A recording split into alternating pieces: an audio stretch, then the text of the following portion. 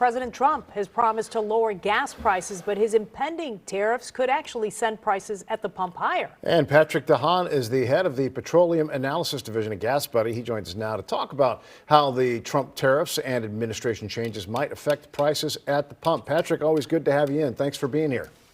Thanks for having me. All right, so tariffs, that's one part of the equation, right? But Trump has been a big advocate. We've heard him say, drill, baby, drill. Domestic production. What do you make of these plans and how they'll affect what Americans pay?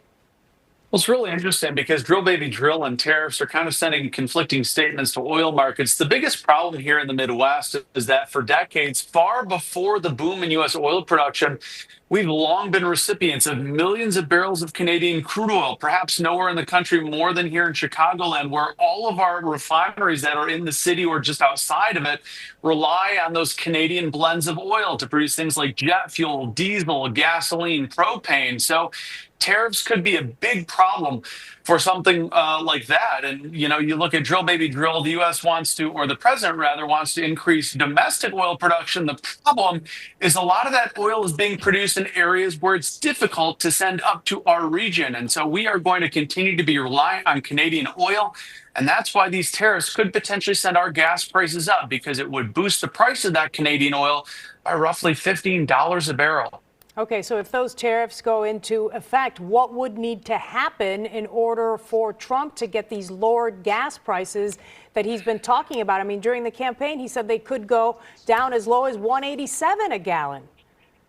Well, that's potentially wishful thinking. That was at the height of COVID when the Kennedy Expressway was even empty and it took just minutes to get downtown. So, stopping short of another pandemic, it's going to be rather difficult. The president would have to build pipelines or have pipelines built from Texas, areas where there is a boom in oil production, all the way up here to the Great Lakes. And then refineries would have to reconfigure themselves to be able to process this lighter, sweeter crude oil that the U.S. produces. So that would take years to all hammer out. It's not going to happen. There's probably not a whole lot of interest in building pipelines that traverse the country for a potentially temporary situation. We are going to have to watch very carefully if these tariffs are implemented. It's going to hit here in Chicagoland particularly hard. And by the way, Canadian authorities now are talking about retribution tariffs that could hit with a double whammy. So we'll have to watch it very closely. All right, scary stuff. Paint a picture for us realistically as you look at some of his comments, some of the executive orders that he's putting in place. What's likely to happen? Well, I think ultimately Trump's mantra will be to bring energy prices down, but the tariffs certainly would do the opposite. In the long run, easing restrictions on oil companies would likely be friendly, raising production. But that's not going to increase production overnight. The U.S. is already the world's largest oil producer, churning out 13.5 million barrels of oil every day. Ultimately, I do think he wants to make things easier for the oil industry to raise production.